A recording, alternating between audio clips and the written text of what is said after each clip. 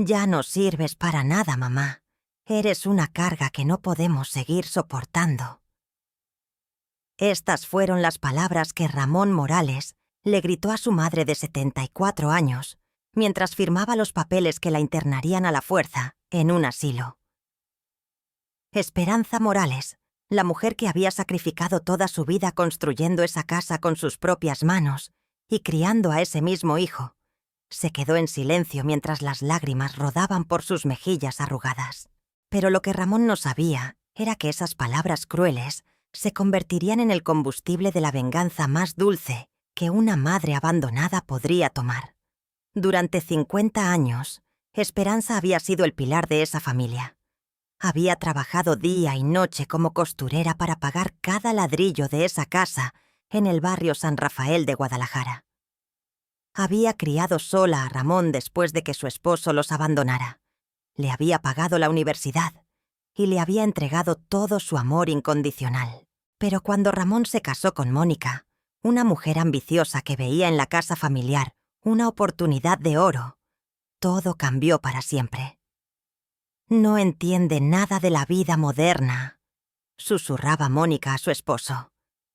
«Mira cómo viste, cómo habla. Nos da vergüenza. Además, esta casa está desperdiciada con una anciana que ni siquiera puede mantenerla». Poco a poco, fueron envenenando la relación, quitándole a Esperanza su autonomía, haciéndola sentir inútil en su propia casa, hasta que llegó el día fatídico cuando la llevaron engañada al asilo San José. Pero Esperanza guardaba un secreto que cambiaría todo.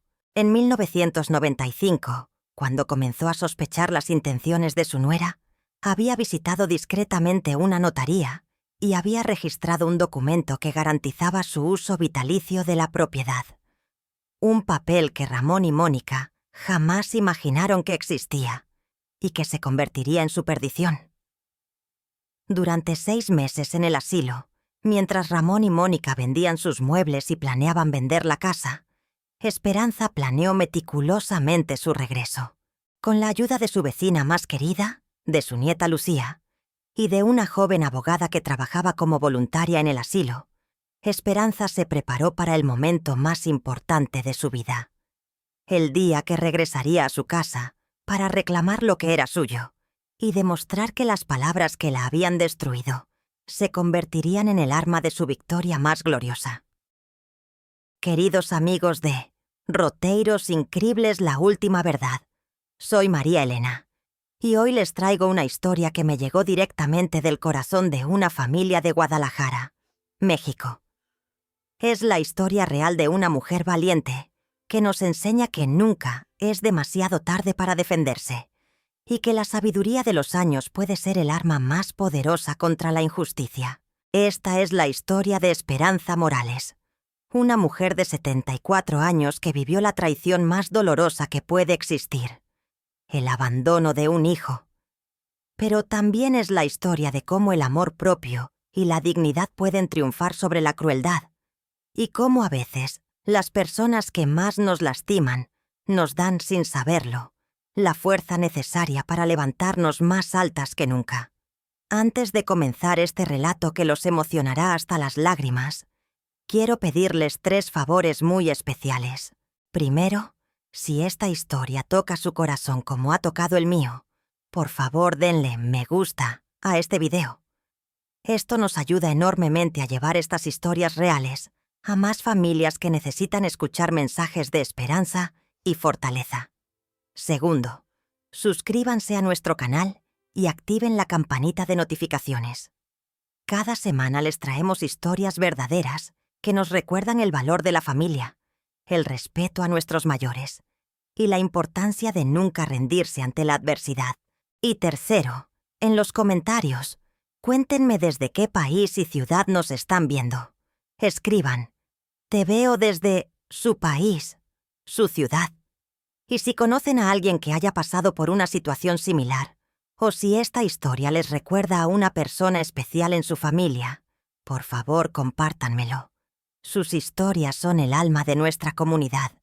Acompáñenme ahora a descubrir cómo las palabras más crueles se convirtieron en la fuerza más poderosa de una mujer extraordinaria. Para entender completamente la injusticia que vivió Esperanza Morales, debemos conocer la historia de cómo construyó ladrillo por ladrillo la casa que después le arrebatarían.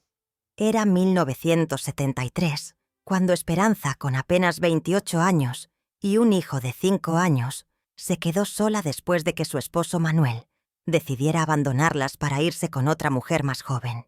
«No te preocupes, mamá», le decía el pequeño Ramón. «Yo te voy a cuidar cuando sea grande». Esperanza trabajaba 14 horas diarias como costurera en una fábrica textil del centro de Guadalajara. Sus manos se llenaban de callos y sus ojos se cansaban bajo la luz artificial, pero cada peso que ganaba tenía un destino: comprar el terreno en el barrio San Rafael, donde construiría un hogar para ella y su hijo. «Vamos a tener nuestra propia casa, mijito», le prometía a Ramón cada noche. «Una casa donde nadie nos pueda correr jamás».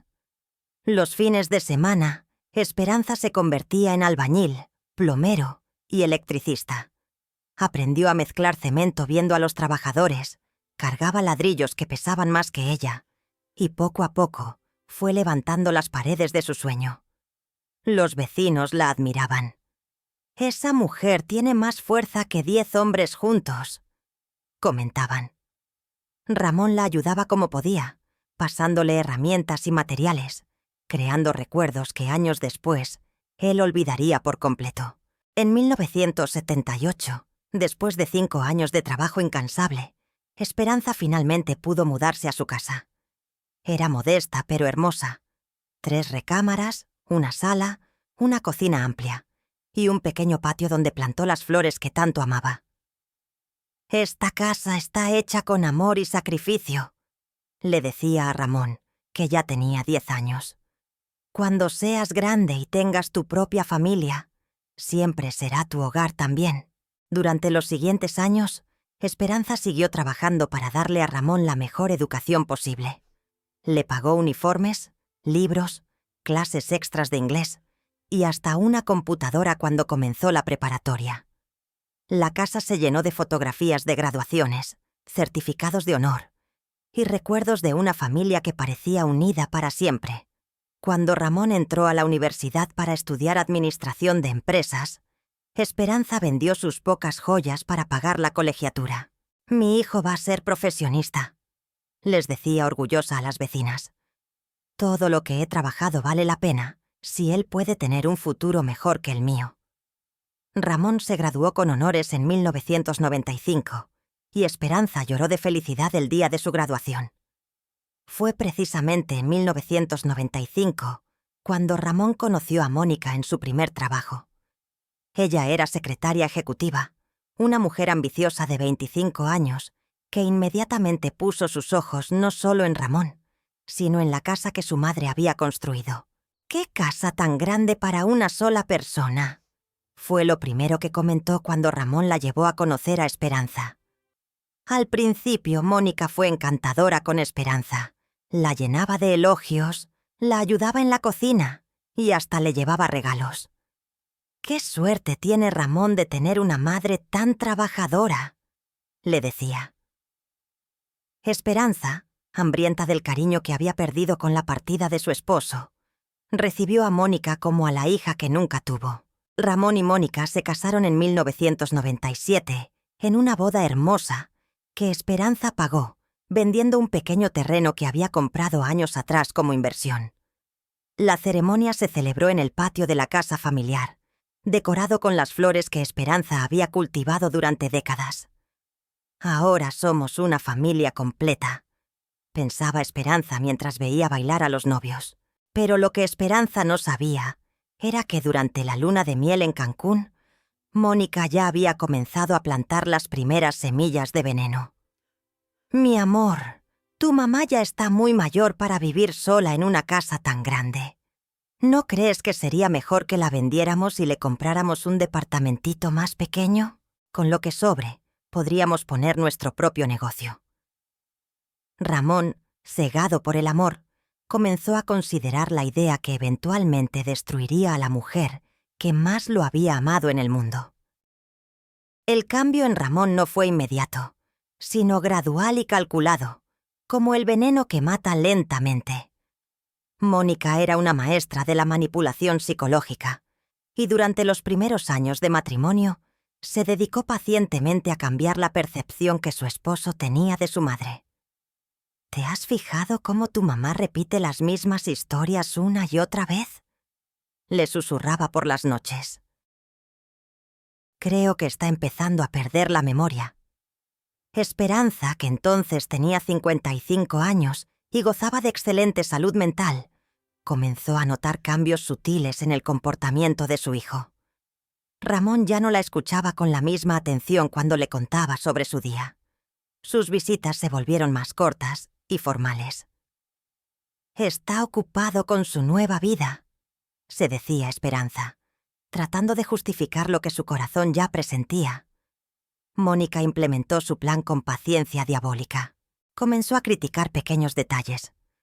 «Tu mamá ya no cocina como antes. Se le están quemando las cosas. ¿Viste cómo se vistió para la misa? Parece que no se da cuenta de cómo se ve. Creo que se está volviendo muy olvidadiza para manejar dinero». Cada comentario era una gota de ácido que corroía la relación entre madre e hijo. En 1999 nació Diego, el primer nieto de Esperanza, y por un momento pareció que la llegada del bebé uniría nuevamente a la familia. Esperanza se desvivía por su nieto. Tejía mantitas, preparaba comidas especiales y se ofrecía para cuidarlo siempre que fuera necesario. Pero Mónica usó incluso esto en su contra. «Tu mamá está muy mayor para cuidar niños. ¿Y si se le cae? ¿Y si se olvida de darle su medicina?». Los comentarios de Mónica fueron volviéndose más crueles y directos. «Ramón, tu mamá vive en el pasado. Mira esta casa. Parece museo. Los muebles están viejísimos. La decoración es anticuada. Y francamente, me da pena traer a nuestros amigos aquí». Ramón, que antes defendía a su madre, comenzó a ver su hogar de la infancia con ojos críticos. En 2002, cuando nació Lucía, la segunda nieta, Mónica intensificó su campaña. «Esta casa es demasiado grande para tu mamá sola. Se va a caer en esas escaleras, o alguien se va a meter a robarle. Además, piensa en nuestros hijos. Podrían tener cada uno su propia recámara si viviéramos aquí. Tu mamá estaría más segura en un lugar donde la cuiden». Esperanza comenzó a sentir el rechazo de su propio hijo. Ramón ya no le pedía consejos, dejó de contarle sobre su trabajo, y sus conversaciones se limitaban a «¿Cómo estás, mamá?» y «Nos vemos luego». Las visitas de los nietos también se redujeron drásticamente. «La abuela está muy cansada para jugar», les decía Mónica. «Mejor vamos al parque». En 2005, Mónica dio el golpe maestro. Convenció a Ramón de que su madre tenía problemas de salud mental y que era peligroso que viviera sola. «Ayer la encontré hablando sola en el jardín», mintió descaradamente. «Y la semana pasada se olvidó de apagar la estufa. ¿Y si provoca un incendio? ¿Y si se lastima y no hay nadie para ayudarla?». Ramón, completamente manipulado, comenzó a tratar a su madre como si fuera una niña incapaz. Le quitó las llaves del coche por su seguridad, comenzó a manejar sus finanzas para ayudarla y empezó a tomar decisiones sobre su vida sin consultarla. Esperanza se sentía cada vez más prisionera en la casa que había construido con tanto amor. El plan de Mónica estaba funcionando perfectamente. Había logrado que Ramón viera a su madre no como la mujer fuerte que lo había criado sola, sino como una carga, un problema que resolver. Lo único que faltaba era el golpe final, convencerlo de que internarla en un asilo era la solución más amorosa para todos. Y ese día estaba más cerca de lo que Esperanza podría haber imaginado. El 15 de marzo de 2008, un sábado que Esperanza jamás olvidaría, Ramón llegó a la casa acompañado de Mónica y de un hombre desconocido que se presentó como el director del asilo San José. Esperanza, que entonces tenía 63 años, Estaba regando sus flores cuando vio llegar a los tres. «¿Qué pasa, hijo? ¿Quién es este señor?», preguntó con una sonrisa, sin imaginar que su mundo estaba a punto de colapsar. «Mamá, tenemos que hablar», dijo Ramón con una frialdad que Esperanza nunca había escuchado en su voz. «Este es el licenciado Martínez. Hemos estado hablando sobre tu situación y creemos que ya no es seguro que vivas sola. Hemos decidido que lo mejor para ti es que vivas en un lugar donde te puedan cuidar apropiadamente». Las manos de Esperanza comenzaron a temblar mientras el regador se le caía de las manos. «¿De qué hablas, Ramón? Yo estoy perfectamente bien. Esta es mi casa. Aquí he vivido toda mi vida. Aquí te crié a ti», balbuceó Esperanza, sintiendo cómo el suelo se movía bajo sus pies. Mónica intervino con una sonrisa falsa. «Ay, doña Esperanza, usted sabe que esto es por su bien. Ya está muy grandecita para vivir sola. Y nosotros ya no podemos estar viniendo a cuidarla todo el tiempo». El licenciado Martínez sacó unos papeles de su portafolio. «Señora Morales, su hijo ha firmado los documentos necesarios. Como usted no tiene cónyuge y él es su único hijo, tiene la autoridad legal para tomar esta decisión. El asilo San José es un lugar muy bonito, con enfermeras las 24 horas y actividades para personas de su edad». Esperanza miró los papeles sin entender lo que estaba pasando. «No, no, no», comenzó a gritar Esperanza. «Ramón, esta es mi casa. Yo la construí con mis propias manos para nosotros. ¿Cómo me puedes hacer esto? ¿Cómo puedes echarme de mi propia casa?». Las lágrimas comenzaron a rodar por sus mejillas mientras se aferraba a la puerta como si fuera su salvación. Fue entonces cuando Ramón pronunció las palabras que se quedarían grabadas para siempre en el corazón de Esperanza. «Ya no sirves para nada, mamá. Eres una carga que no podemos seguir soportando. No entiendes nada de la vida moderna. Solo nos das problemas.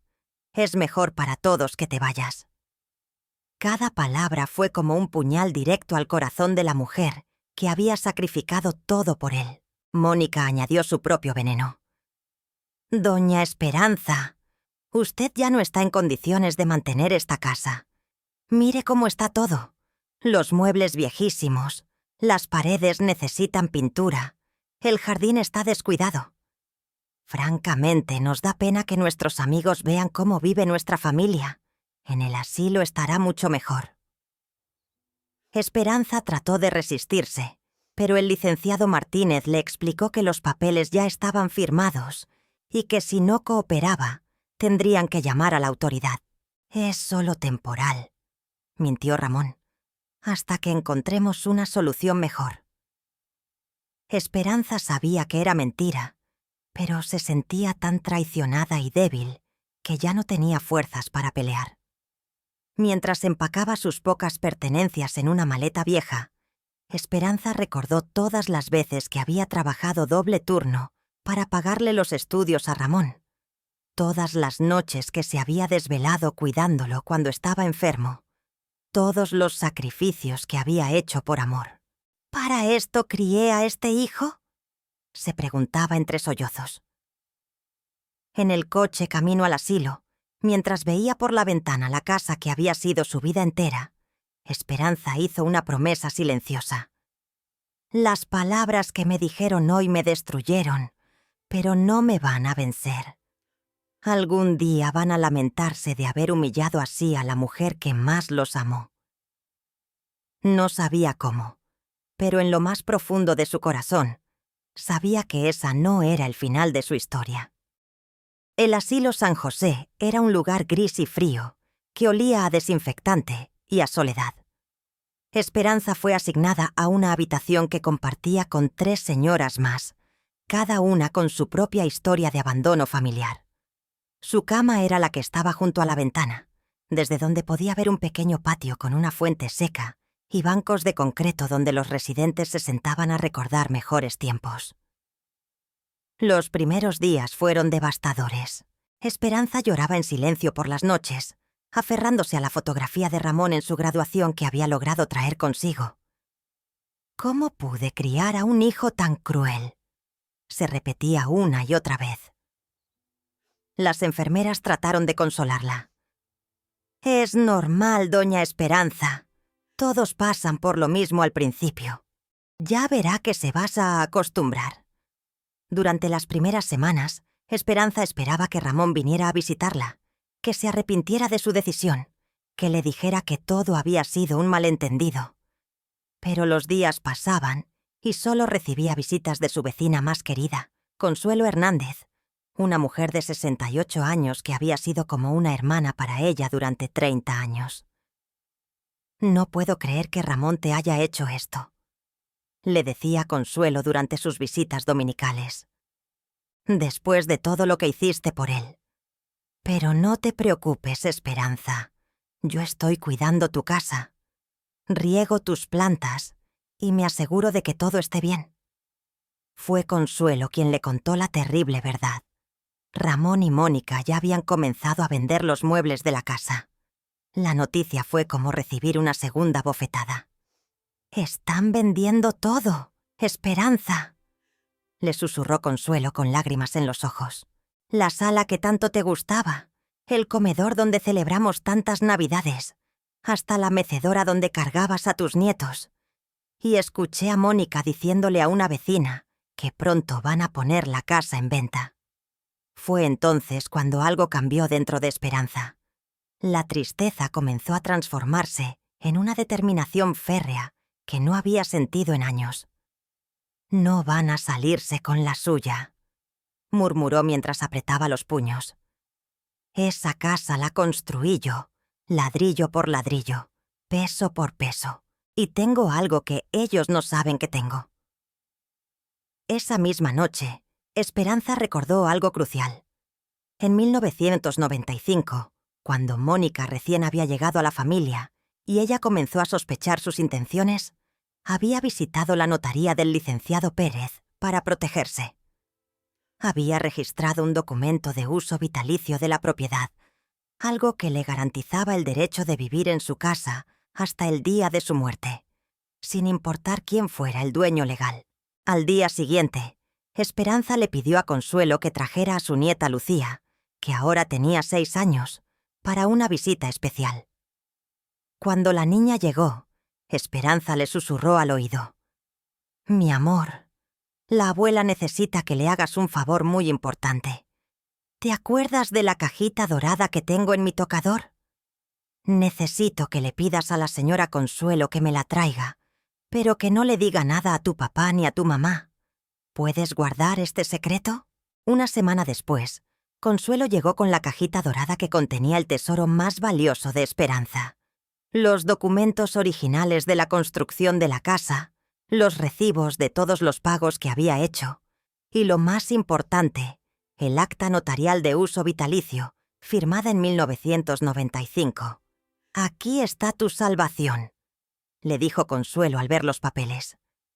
Pero Esperanza sabía que los papeles solos no serían suficientes. Necesitaba ayuda legal, y la encontró en la persona más inesperada: Alejandra Ruiz, una joven abogada de 28 años que visitaba el asilo como voluntaria todos los miércoles.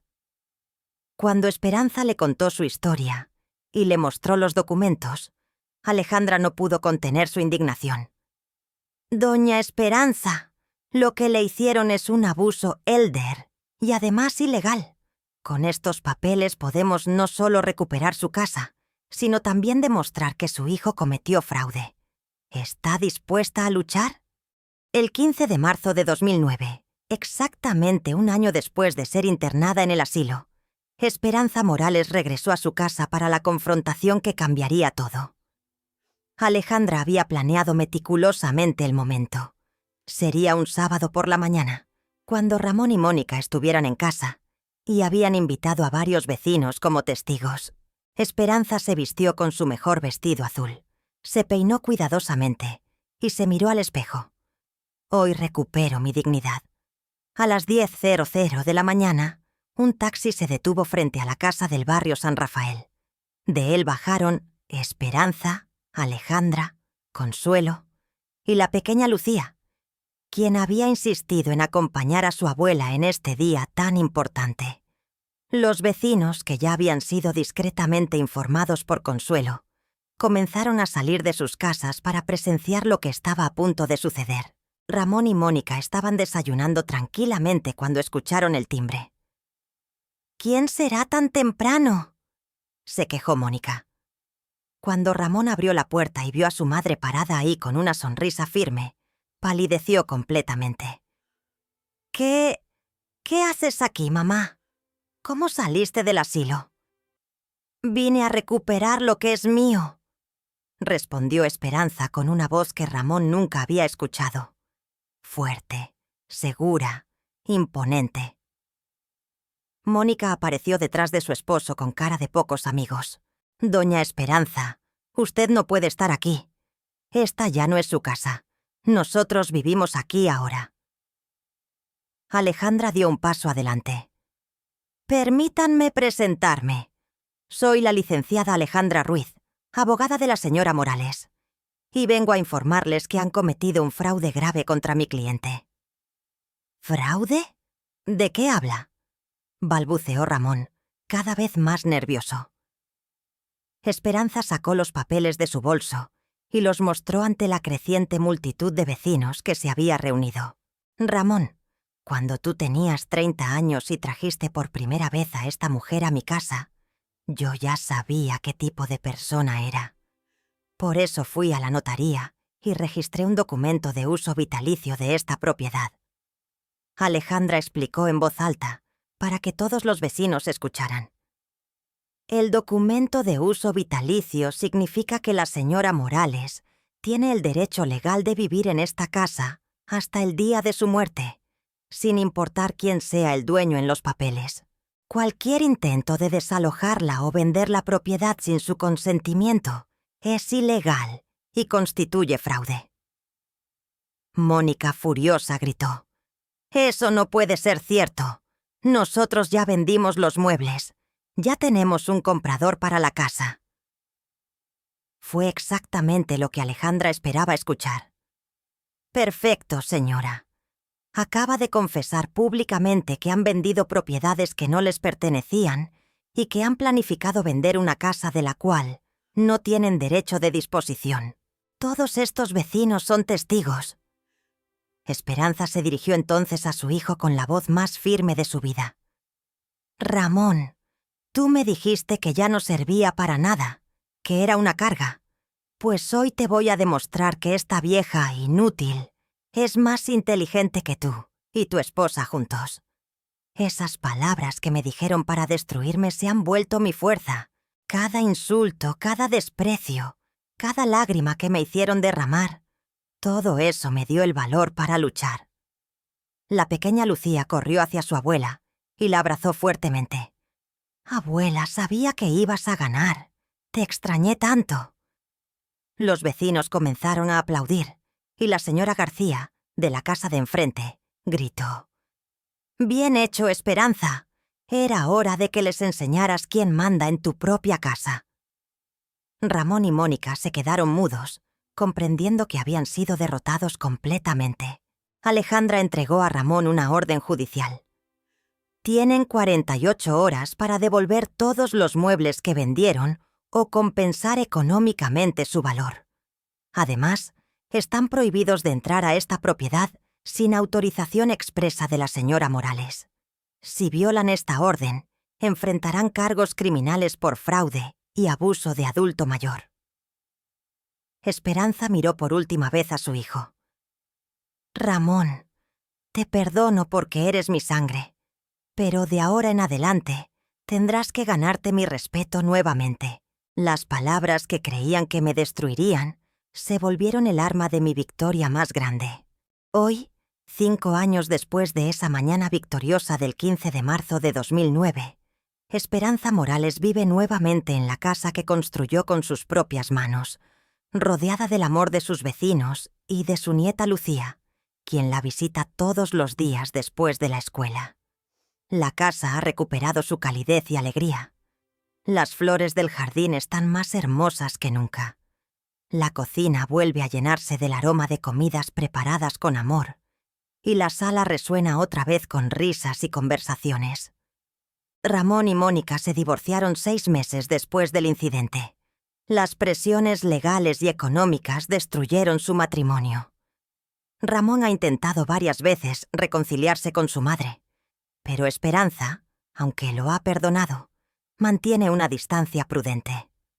El perdón no significa que olvide, dice sabiamente. Alejandra Ruiz, la joven abogada que ayudó a Esperanza, fundó una organización sin fines de lucro dedicada a proteger los derechos de los adultos mayores víctimas de abuso familiar. La historia de Doña Esperanza me cambió la vida, confiesa Alejandra. Me demostró que nunca es tarde para luchar por la dignidad y que la sabiduría de los años puede vencer a la crueldad de los corazones jóvenes. El caso se ha vuelto emblemático en Guadalajara, y muchas personas mayores han encontrado el valor para defender sus derechos, inspirándose en la historia de Esperanza. La lección más poderosa de esta historia no es sobre leyes o documentos, sino sobre la fuerza inconmensurable del espíritu humano. Esperanza nos enseña que las palabras pueden ser usadas como armas para destruir, pero también pueden convertirse en el combustible de nuestra victoria más grande. Cada insulto que recibí se volvió una razón más para levantarme, dice Esperanza, ahora de 79 años, mientras riega las flores que casi perdió para siempre. A todos los que piensan que por ser mayores ya no servimos, les digo, la edad no nos debilita, nos da sabiduría. Y la sabiduría, cuando se combina con la justicia, es el arma más poderosa del mundo.